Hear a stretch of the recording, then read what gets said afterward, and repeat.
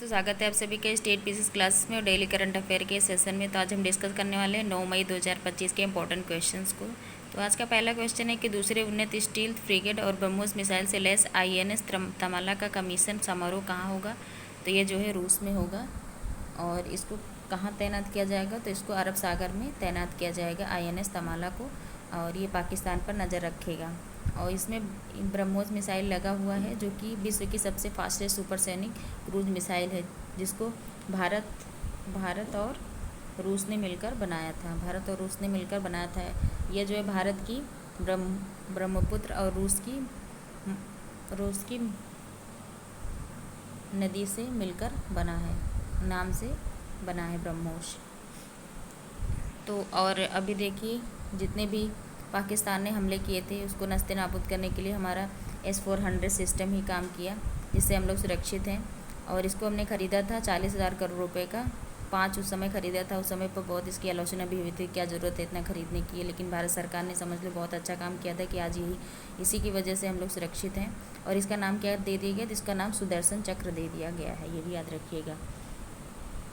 आगे बढ़ते हैं, नेक्स्ट क्वेश्चन देखते हैं कि ऑपरेशन गाइडेंस चैरियट्स प्रारंभ करने की घोषणा किसने की है। तो ये जो है इजराइल ने घोषणा की है। इसमें यह कहा गया है कि जो गाजा पट्टी से हमास हमला करता है हमेशा इजराइल के क्षेत्र में, तो वो क्या कहा है कि अब हम इसके थ्रू जो है एकदम से नष्ट कर देंगे, क्योंकि बहुत ज़्यादा हो रहा है। हमेशा ये मतलब कि अपने हवाई हमले के द्वारा हमेशा जो है हमास ड्रोन को क्या कहते हैं एक साथ लॉन्च करता है, एक साथ ड्रोन को ये भेजता है यहाँ से इजराइल की तरफ। तो ये इसलिए जो है ऑपरेशन गाइडेंस चैरियट्स को इजराइल ने शुरू किया। तो ये देख लीजिए, इजराइल का मैप है, ये इजराइल है, यहाँ पर वेस्ट बैंक है, ये हमास यहाँ पे है, और यहाँ पे वेस्ट बैंक है, और ये यहाँ पे गाजा पट्टी इसको कहते हैं, जहाँ पे हमें हमास है, और यहाँ पे लेबनान है, और ये सीरिया है। और सीरिया के जो गोलन हाइट है इस पर भी इजराइल ने कब्जा कर लिया था, लेकिन इसके रिक्वेस्ट के बाद इसको दे दिया था वापस। ये सभी आतंकी लगभग सब युद्ध ही करते रहते हैं। और इजराइल के पास नस्ते नाबूद करने के लिए जो हवा में ही कौन सा ड्रोन है, तो ये जो है आयरन ड्रोन है। जैसे कि हमारे पास S-400 है, जिसको हमने रूस से ख़रीदा था, वैसे ही इजराइल के पास आयरन ड्रोन है। तो जो भी कोई मिसाइल या ड्रोन आता है उसको क्या बोलता है, आसमान में ही उसको नस्ते नाबूद कर देता है। तो आगे बढ़ते हैं और अगला क्वेश्चन देखते हैं कि भारतीय सेना ने लाहौर में वायु रक्षा प्रणाली को निष्क्रिय करने के लिए हैरोन्स ड्रोन का प्रयोग कहाँ पर किया है, और इस ड्रोन का संबंध किससे है। तो इस ड्रोन का संबंध इजराइल से है। ये इजराइल ने हमको दिया था हेरोप्स। और ये क्या है, ये एक सुसाइड ड्रोन है। क्या होता है कि जहाँ पर ये पहले टारगेट को हिट करता है, जो देखता है कि हमारा टारगेट कहाँ पे है, तो वहीं पर जाकर ये फट जाता है। तो इसीलिए इसको सुसाइड ड्रोन कहा जाता है। तो थैंक्स इजराइल को भी बहुत ज़्यादा थैंक यू इस समय पर, और जिस तरह से हालात बने हुए हैं।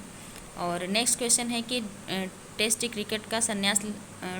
क्रिकेट से संन्यास लेने की घोषणा किसने की है। तो रोहित शर्मा ने जो है संन्यास लेने की घोषणा कर दी है। कहाँ से, टेस्ट से। अब ये टेस्ट नहीं खेलेंगे, टेस्ट के मैच जो होंगे उसको नहीं खेलेंगे और वनडे में खेलेंगे।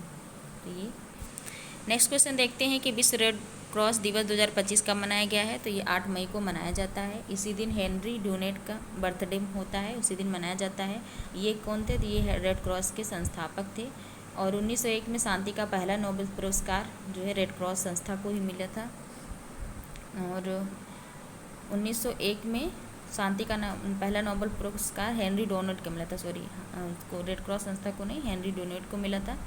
फिर 8 मई को। और रेड क्रॉस की स्थापना कब हुई थी, तो ये 1863 में हुई थी, और इसका हेडक्वार्टर जेनेवा स्विट्ज़रलैंड में है। इस बार की थीम क्या है, तो इस बार की थीम है मानवता को जीवित रखना, इसकी थीम है। और रेड क्रॉस संस्था को एकमात्र संस्था है जिसको 3 बार नोबेल पुरस्कार मिल चुका है, शांति का नोबेल पुरस्कार 3 बार मिल चुका है, जिसमें कि 1900 मिला था, 1917 मिला था, फिर उसके बाद 1944 में मिला था। फिर इसका जब क्या बोलते हैं वर्ष 1863 में लॉन्च हुआ था, जब इसका 10वीं वर्ष पूरा हुआ था तब इसको मिला था। 10वीं सेंचुरी पूरी हुई थी तब मिला था। 1863 में पूरा हुआ था, फिर जब 100 वर्ष पूरा हुआ इसको, तो 1863 में यह स्थापित हुआ था, तो 1963 में यह मिला था इसको। तो ये 3 बार इनको नोबेल पाने वाला जो है ये एकमात्र संस्था है।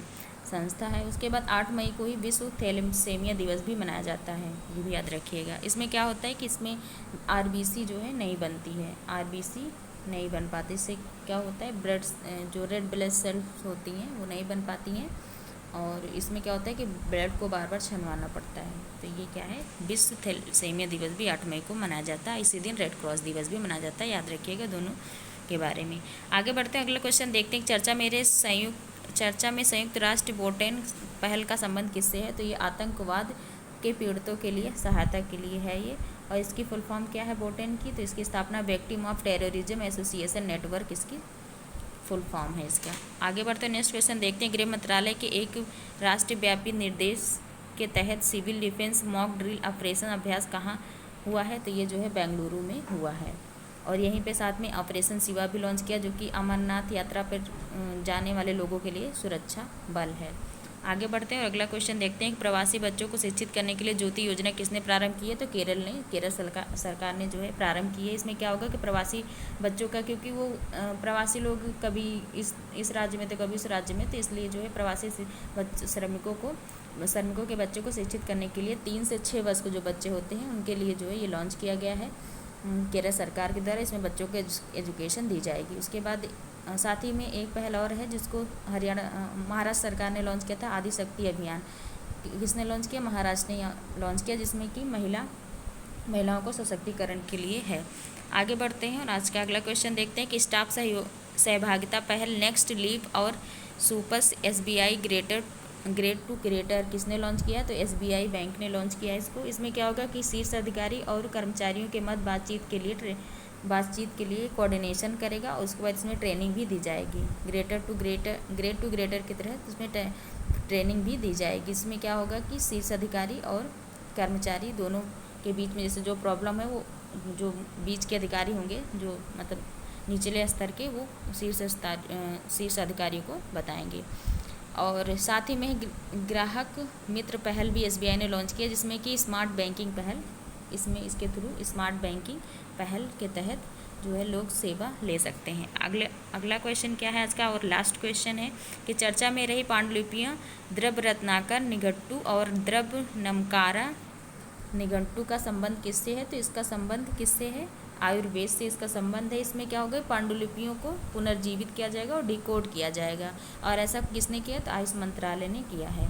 अब देखते हैं कि द्रव्य रत्नाकर निघट्टू को किसने लिखा, किसके द्वारा लिखा गया है ये पुस्तक है? तो ये मृदगल पंडित के द्वारा लिखित पुस्तक है, जिसमें 28 अध्याय है, और इसमें औषधियों गुणों के बारे में बताया गया इस पुस्तक में, द्रव्य रत्नाकर में, निघट्टू में। उसके बाद द्रव्य नमकारा में, तो द्रव्य नमकारा में भी इसको किसने लिखा है? तो इसको भीष्म वैद्य ने लिखा है, और इसमें पौधे के जो समानार्थक अर्थ होते हैं उसको बताया गया है, कि जैसे मान लो उसमें किसी और के बारे में है, कोई और नाम दिया गया है तो नहीं पता है, तो जो जनरली लोग जानते होंगे उसके नाम से उसमें अर्थ भी बता दिया गया है, तो ऐसे इसको पढ़ा जा सकता है। तो ये जो है आयुर्वेद से संबंधित पांडुलिपियाँ हैं, जो कि बहुत बरसों से पड़ी हुई हैं। अभी इसको पुनर्जीवित नहीं किया गया तो ये नष्ट हो जाएंगी, फिर हमारे आने वाली पीढ़ियों या हम सबको इसके बारे में नहीं पता चल पाएगा। तो इसके लिए इसको किया गया है, पांडुलिपियों को फिर से पुनर्जीवित किया जाएगा, इसको डिकोड किया जाएगा। तो इम्पोर्टेंट क्वेश्चन है। तो आज के सभी इम्पोर्टेंट क्वेश्चन रहे। आप सभी वीडियो को डेली ऐसे देखते रहिए और अपनी तैयारी को आगे बढ़ाइए। और देख रहे हैं युद्ध तो हो ही रहा है, तो हम लोग तो बस यही अपनी सेना को बहुत बहुत उनका प्रोत्साहन करें, उनका धन्यवाद करें कि वो उनकी भी फैमिली होती है, सब कुछ होता है, लेकिन वो हमारे लिए कितना संघर्ष करते हैं। तो ऐसे ही आप लोग वीडियो को देखते रहिए और चैनल को शेयर सब्सक्राइब करिए। Thank you so much.